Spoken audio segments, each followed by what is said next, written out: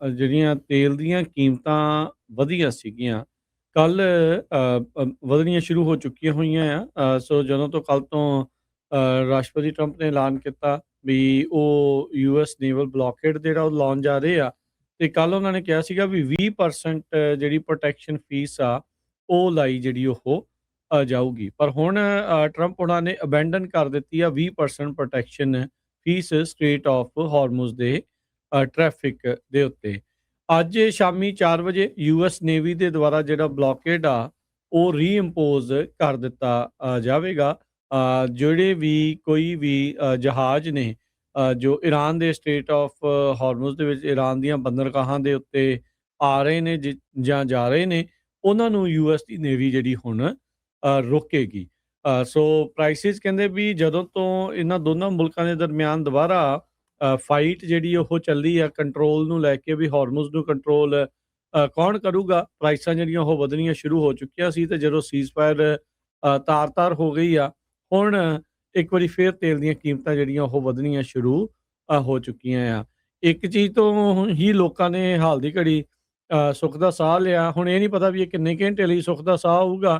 ਜਿਹੜਾ 20% protection fees ਵਾਲੀ ਜਿਹੜੀ ਗੱਲ ਸੀ, ਵੀ ਕਾਰਗੋ ਦੇ ਉੱਤੇ 20% ਫੀਸ ਇਹਨਾਂ ਨੇ ਜਿਹੜੀ ਉਹ ਲਾਉਣੀ ਆ, ਉਸ ਨੂੰ ਹਾਲ ਦੀ ਘੜੀ ਟਰੰਪ ਹੁਣਾਂ ਨੇ ਟਾਲਿਆ ਆ। ਕੱਲ੍ਹ ਲੱਗਣੀ ਸੀ, ਅੱਜ ਟਾਲਿਆ ਆ। ਕੱਲ੍ਹ ਨੂੰ ਕੀ ਹੋਊਗਾ ਉਹਦੇ ਬਾਰੇ ਕਿਸੇ ਨੂੰ ਕੁਛ ਵੀ ਪਤਾ ਨਹੀਂ ਆ। ਪਾਲਿਸੀਜ਼ ਇਸੇ ਤਰੀਕੇ ਦੇ ਨਾਲ ਹੀ ਜਿਹੜੀਆਂ ਉਹ ਕਰ ਰਹੇ ਆ। ਸੋ ਬਲੌਕੇਡ ਦੇ ਉੱਤੇ ਕਿੰਨੀ ਕੁ ਲਿਮਿਟ ਜਿਹੜੀ ਉਹ ਹੋਊਗੀ, ਉਹ ਵੀ ਕਹਿੰਦੇ ਵੀ ਹੁਣ ਇੱਕ ਨਵੀਂ ਚਰਚਾ ਜਿਹੜੀ ਇਸ ਦੇ ਉੱਤੇ ਚੱਲ ਰਹੀ ਹੈਗੀ ਆ। ਸੋ ਇਹਦੇ ਵਿੱਚ ਜਿਹੜਾ ਹਰਜੋਤ ਸਿੰਘ ਜੀ ਇਹ ਆ ਵੀ ਇੱਕ ਵਾਰੀ ਫੇਰ ਡਿਮਾਂਡ ਸਪਲਾਈ ਦੇ ਉੱਤੇ ਅਸਰ ਪੈਣਾ। $86 ਬੈਰਲ ਦੇ ਉੱਤੇ ਅੱਜ ਜਿਹੜਾ ਪ੍ਰਾਈਸ ਆ, ਇੱਕ ਵਾਰੀ ਫੇਰ ਕੱਚੇ ਤੇਲ ਦਾ ਜਿਹੜਾ ਉਹ ਵੱਧ ਕੇ ਹੋ ਗਿਆ ਜਦੋਂ ਤੋਂ ਟਰੰਪ ਹੁਣਾਂ ਨੇ ਕੱਲ੍ਹ ਦਾ ਉਹ ਜਿਹੜਾ ਬਿਆਨ ਦਿੱਤਾ ਸੀਗਾ। ਤੇ ਹੁਣ ਫੀਸ ਤੇ ਚਾਹੇ ਨਹੀਂ ਕਹਿੰਦੇ ਵੀ ਲੈਣੀ ਉਹਨਾਂ ਨੇ, ਤੇ ਉਸ ਸਾਰੇ ਦੇ ਵਿੱਚ ਉਹਦੇ ਵਿੱਚ ਉਹਨਾਂ ਨੇ ਕਿਹਾ ਵੀ ਰਾਸ਼ਟਰਪਤੀ ਟਰੰਪ ਦਾ ਬਿਆਨ ਸੀ, I don't think anybody should be able to charge a fees.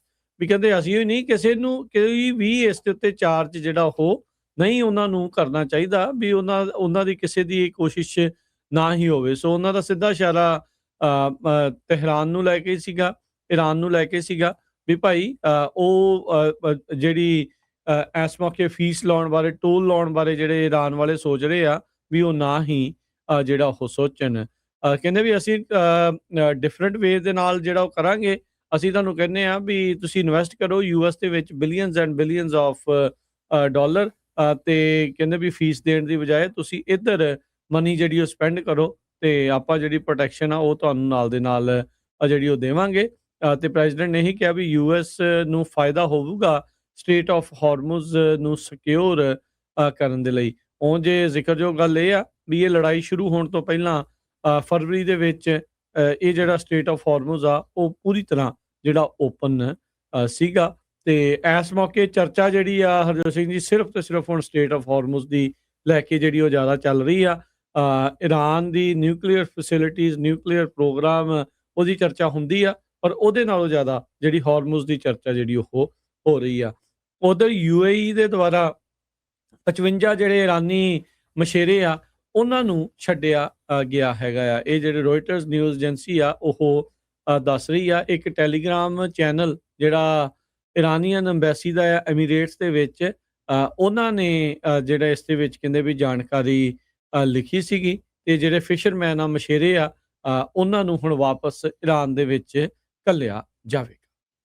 ਜੀ, ਅਗਲੀ ਜਿਸ ਤਰ੍ਹਾਂ ਤੁਸੀਂ ਦੱਸਿਆ ਆ ਵੀ 20% ਜਿਹੜੀ ਫੀਸ ਸਟੇਟ ਆਫ ਹਾਰਮੁਜ਼ ਦੇ ਉੱਤੇ ਲਾਣੀ ਸੀਗੀ, ਜਿਹੜੇ ਕਾਰਗੋ ਉੱਥੋਂ ਲੰਘਦੇ ਆ, ਉਹਦੇ ਵਿੱਚ ਟਰੰਪ ਉਹਨਾਂ ਨੇ ਹੁਣ ਆਪਣਾ ਡਿਸੀਜਨ ਜਿਹੜਾ ਆ ਰਿਵਰਸ ਕੀਤਾ ਹੈਗਾ। ਸੋ ਕੱਲ੍ਹ ਇਹ ਕਿਹਾ ਸੀ, ਅੱਜ ਡਿਸੀਜਨ ਨੂੰ ਰਿਵਰਸ ਕੀਤਾ ਆ। ਕਰੂਡ ਆਇਲ ਆਲਰੇਡੀ ਉੱਪਰ ਚੱਲ ਗਿਆ $86 ਪਰ ਬੈਰਲ ਦੇ ਹਿਸਾਬ ਦੇ ਨਾਲ। ਤੇ ਜੇ US 20% ਫੀਸ ਲਾਉਂਦਾ ਆ ਹੋਰ, ਤੇ ਇਹ ਕਾਫੀ ਜ਼ਿਆਦਾ ਜਿਹੜੀ ਕੀਮਤ ਆ ਉਹ ਵੱਧ ਜਾਊਗੀ। US ਮਿਲਟਰੀ ਨੇ ਤੀਜੀ ਵਾਰੀ ਰਾਤ ਨੂੰ ਬਹੁਤ ਵੱਡਾ ਜਿਹੜਾ ਅਟੈਕ ਆ ਈਰਾਨ ਦੇ ਉੱਤੇ ਕੀਤਾ ਹੈਗਾ ਆ। ਸੋ ਸੋਸ਼ਲ ਮੀਡੀਆ ਦੇ ਉੱਤੇ ਟਰੰਪ ਉਹਨਾਂ ਨੇ ਇਹ ਕਿਹਾ ਵੀ strait of Hormuz is open to all ship traffic except Iran. Iran ਤੋਂ ਬਿਨਾਂ ਬਾਕੀ ਸਾਰਿਆਂ ਦੇ ਲਈ ਇਹ ਖੁੱਲੀ ਹੈਗੀ ਆ, ਕਿਉਂਕਿ ਈਰਾਨ ਵਾਲੇ ਝੂਠ ਬੋਲਦੇ ਆ, ਵਾਇਲੈਂਟ ਆ, ਉਹਨਾਂ ਦੀ ਲੀਡਰਸ਼ਿਪ ਬਹੁਤ ਨਿਕੰਮੀ ਹੈਗੀ ਆ, ਇਹ ਪ੍ਰੈਜ਼ੀਡੈਂਟ ਟਰੰਪ ਉਹਨਾਂ ਨੇ ਆਪਣੇ ਸੋਸ਼ਲ ਮੀਡੀਆ ਅਕਾਊਂਟ ਦੇ ਉੱਤੇ ਲਿਖਿਆ ਹੈਗਾ। ਤੇ ਇਸੇ ਕਰਕੇ ਕਹਿੰਦੇ ਵੀ ਅਸੀਂ ਫੁੱਲ ਬਲੋਕੇਡ ਕਰਨ ਜਾ ਰਹੇ ਹਾਂ। ਇਰਾਨ ਦੇ ਪੋਰਟਸ ਨੂੰ ਜਿਹੜੇ ਜਹਾਜ਼ ਆਉਂਦੇ ਜਾਂ ਜਾਂਦੇ ਆ, ਉਹ ਸਾਡੇ ਥਰੂ ਹੀ ਹੁਣ ਲੰਘਣਗੇ। ਪਰ 20% ਜਿਹੜਾ ਆ ਉਹ ਫੀਸ ਸੀ ਉਸ ਨੂੰ ਰਿਵਰਸ ਕਰ ਲਿਆ ਗਿਆ ਹੈਗਾ। ਤੇ ਜਿਹੜੇ ਸਾਬਕਾ ਇਰਾਨ ਦੇ ਲੀਡਰ ਅਹਿਮਦੀਨੇਜਾਦ ਜੋ ਹੈਗੇ ਆ, ਉਹਨਾਂ ਨੇ ਨਿਊਯਾਰਕ ਟਾਈਮ ਵਾਲੀ ਰਿਪੋਰਟ ਨੂੰ ਰਿਜੈਕਟ ਕੀਤਾ, ਕਿਉਂਕਿ ਨਿਊਯਾਰਕ ਟਾਈਮ ਨੇ ਰਿਪੋਰਟ ਛਾਪੀ ਆ ਵੀ ਜਿਹੜੇ ਸਾਬਕਾ ਪ੍ਰੈਜ਼ੀਡੈਂਟ ਮਹਿਮੂਦ ਸੀ, ਉਸ ਨੂੰ ਇਜ਼ਰਾਈਲ ਵਾਲਿਆਂ ਨੇ ਆਪਣੇ ਜਿਹੜੇ ਨਾਲ ਸਮਝੌਤਾ ਉਹਦਾ ਕਰ ਲਿਆ ਸੀ ਵੀ ਜਦੋਂ ਸਰਕਾਰ ਆਪਾਂ ਸਿੱਟਾਂਗੇ ਇਰਾਨ ਦੇ ਵਿੱਚ ਤੇ ਤੈਨੂੰ ਜਿਹੜਾ ਉਹ ਪ੍ਰੈਜ਼ੀਡੈਂਟ ਬਣਾ ਦੇਵਾਂਗੇ। ਤੇ ਉਹਨੂੰ ਵੀ ਇਰਾਨ ਦੀ ਸਰਕਾਰ ਨੇ ਹੁਣ ਹਾਊਸ ਅਰੈਸਟ ਕੀਤਾ ਹੋਇਆ ਹੈਗਾ। ਤੇ ਕਹਿੰਦੇ ਸੀ ਜਿਹੜਾ ਮਹਿਮੂਦ ਆ ਉਹ ਇਜ਼ਰਾਈਲੀ ਇੰਟੈਲੀਜੈਂਸ ਏਜੰਟਸ ਦੇ ਨਾਲ ਕੰਮ ਕਰ ਰਿਹਾ ਸੀ ਰਲ ਕੇ। ਤੁਹਾਨੂੰ ਯਾਦ ਹੋਊਗਾ ਉਹ ਜਦੋਂ ਇੱਥੇ ਵੀ ਆਇਆ ਸੀ, ਬੜਾ ਸਮਾਰਟ ਆ ਪ੍ਰੈਜ਼ੀਡੈਂਟ ਤੇ ਪ੍ਰੋਫੈਸਰ ਆ ਸਿਵਲ ਇੰਜੀਨੀਅਰਿੰਗ ਦਾ। ਈਵਨ ਜਦੋਂ ਪ੍ਰੈਜ਼ੀਡੈਂਟ ਦੀ ਪੋਜੀਸ਼ਨ ਲਾਹ ਵੀ ਦਿੱਤੀ ਗਈ ਸੀ, ਬਾਅਦ ਦੇ ਵਿੱਚ ਯੂਨੀਵਰਸਿਟੀ 'ਚ ਟੀਚ ਕਰਦਾ ਸੀ ਉਹ। ਤੇ ਯੂਐਸ ਦੀ ਮਿਲਟਰੀ ਨੇ ਇਹ ਕਿਹਾ ਵੀ ਇਰਾਨ ਦੇ ਪੋਰਟਸ ਬਲੌਕ ਕਰ ਦਿੱਤੇ ਗਏ ਹੈਗੇ ਆ। ਸੋ ਇਰਾਨ ਦੇ ਉੱਤੇ ਇਹਦਾ ਕਾਫੀ ਅਸਰ ਪਊਗਾ। ਜੀ, ਬਿਲਕੁਲ। ਤੇ ਜਿਹੜੀ ਇਜ਼ਰਾਈਲ ਦੀਆਂ ਕੁਛ ਨਿਊਜ਼ ਏਜੰਸੀਜ਼ ਤਾਂ ਇਹੀ ਜਿਹੜੀਆਂ ਦਾਅਵਾ ਕਰ ਰਹੀਆਂ, ਜਿੱਦਾਂ ਤੁਸੀਂ ਵੀ ਇਸ ਦੇ ਵਿੱਚ ਦੱਸਿਆ ਵੀ ਜਿਹੜਾ ਸਾਬਕਾ ਰਾਸ਼ਟਰਪਤੀ ਆ, ਵੀ ਇਹ ਮੋਸਾਦ ਦੇ ਚੀਫ ਨੂੰ ਇਜ਼ਰਾਈਲੀ ਪਲਾਨ ਦੇ ਤਹਿਤ ਵੀ ਉਹਨੂੰ ਇਰਾਨ ਦੇ ਸ਼ਾਇਦ ਸੁਪਰੀਮ ਲੀਡਰ ਲਾਉਣ ਬਾਰੇ ਜਿਹੜਾ ਉਹ ਸੋਚ ਰਹੇ ਸੀਗੇ ਵੀ ਉਹ ਜਿਹੜਾ ਉਹ ਲਾਇਆ ਜਾਊਗਾ। ਤੇ ਵੀ ਉਹਦੇ ਕਰਕੇ ਜਿਹੜਾ ਉਹ ਮਿਲਿਆ। ਕਹਿੰਦੇ ਵੀ ਹੰਗਰੀ ਮੁਲਕ ਦੇ ਵਿੱਚ ਇਹਨਾਂ ਦੀਆਂ 2 ਮੀਟਿੰਗ ਹੋਈਆਂ। ਇਹ ਇਜ਼ਰਾਈਲ ਦੀਆਂ ਜਿਹੜੀਆਂ ਅਖਬਾਰਾਂ ਆ ਉਹ ਕਰ ਰਹੀਆਂ ਆ। ਹੋ ਸਕਦਾ ਆ ਵੀ ਇਹ ਵੀ ਇੱਕ ਪੈਂਤੜਾ ਜਿਹੜਾ ਉਹ ਹੋਵੇ ਵੀ ਉੱਥੇ ਡਿਸਟਰਸਟ ਇਸ ਦੇ ਵਿੱਚ ਬਣਾਇਆ ਜਾਵੇ। ਇਹ ਬਹੁਤ ਚਿਰ ਤੋਂ ਇੱਕ ਹਿਸਾਬ ਦੇ ਨਾਲ ਰੂਪੋਸ਼ੀ ਸੀਗਾ ਮੁਹੰਮਦ ਅਹਿਮਦ ਜੀ, ਨੇਜਾਦ। ਤੇ ਜਦ ਹੁਣ ਜਨਾਜ਼ਾ ਅਲੀ ਖਮੇਨੀ ਦਾ ਹੋਇਆ ਤਾਂ ਉਹਦੇ ਵਿੱਚ ਇਹ ਨਿਕਲਿਆ ਸੀ। ਉਸ ਤੋਂ ਬਾਅਦ ਦੇ ਵਿੱਚ ਹਰ ਤਰੀਕੇ ਦੀਆਂ ਜਿਹੜੀਆਂ ਅਟਕਲਾਂ ਆ ਉਹ ਲੱਗਣੀਆਂ ਜਿਹੜੀਆਂ ਸ਼ੁਰੂ ਹੋ ਚੁੱਕੀਆਂ ਸੀ। 2005 ਤੋਂ 2013 ਤੱਕ 6ਵੇਂ ਰਾਸ਼ਟਰਪਤੀ ਦੇ ਤੌਰ ਦੇ ਉੱਤੇ ਇਰਾਨ ਦੇ ਇਹ ਉੱਥੇ ਅਹੁਦੇ ਦੇ ਉੱਤੇ ਜਿਹੜੇ ਉਹ ਰਹੇ ਹੈਗੇ ਆ। ਸੋ ਇਹ ਜਿਹੜਾ ਦੇਖਣ ਵਾਲੀ ਗੱਲ ਆ। ਹੁਣ ਕਈ ਮਜ਼ਾਕ ਵੀ ਕਰ ਰਹੇ ਆ, ਕਹਿੰਦੇ ਵੀ ਇਜ਼ਰਾਈਲ ਦਾ ਤੇ ਆਰਚ ਐਨਮੀ ਮੰਨਿਆ ਜਾਂਦਾ ਸੀਗਾ ਜੀ। ਤੇ ਮੋਸਾਦ ਵਾਲੇ ਹੀ ਇਹਨੂੰ ਜਿਹੜਾ ਉੱਥੇ ਲਾਉਣ ਲੱਗੇ ਸੀਗੇ, ਇੰਸਟਾਲ ਕਰਨ ਲੱਗੇ ਸੀ। ਇਹ ਕੀ ਗੱਲ ਜਿਹੜੀ ਇਸ ਦੇ ਵਿੱਚ ਬਣੀ ਆ।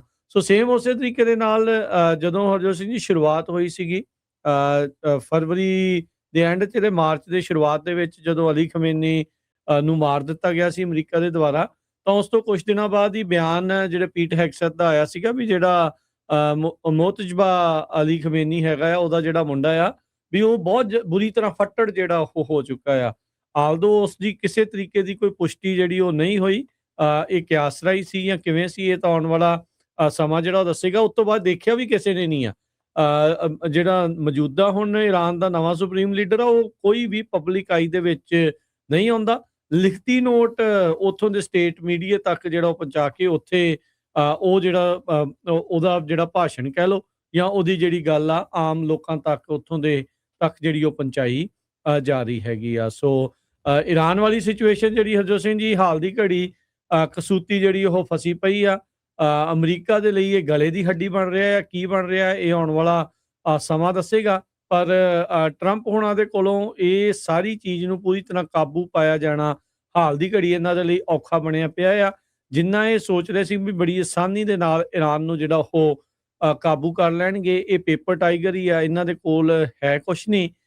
ਇਹਨਾਂ ਦੀ ਇੰਟੈਲੀਜੈਂਸ ਦੇ ਵਿੱਚ ਕਿਤੇ ਨਾ ਕਿਤੇ ਇਹਨਾਂ ਨੂੰ ਕਹਿ ਸਕਦੇ ਹਾਂ ਵੀ ਧੋਖਾ ਮਿਲਿਆ ਹੈ। ਰਾਸ਼ਟਰਪਤੀ ਟਰੰਪ ਉਹਨਾਂ ਨੂੰ ਪੂਰੀ ਫੁੱਲ ਇਨਫੋਰਮੇਸ਼ਨ ਨਾ ਹੋਣ ਕਰਕੇ ਇਹ ਜਿਹੜਾ ਸਟੈਪ ਉਹਨਾਂ ਨੇ ਚੱਕਿਆ, ਤੇ ਜਿਸ ਨੂੰ ਇਹ 3-4 ਹਫ਼ਤੇ ਦਾ ਮਿਲਟਰੀ ਇਨਕਰਜਨ ਜਿਹੜਾ ਉਹ ਕਹਿ ਰਹੇ ਸੀਗੇ, ਉਹ ਹੁਣ ਕਈ ਮਹੀਨੇ ਹੋ ਗਏ ਆ, ਹਾਲ ਦੀ ਘੜੀ ਪੂਰੀ ਤਰ੍ਹਾਂ ਨਿਬੜ ਨਹੀਂ ਰਿਹਾ ਹੈ।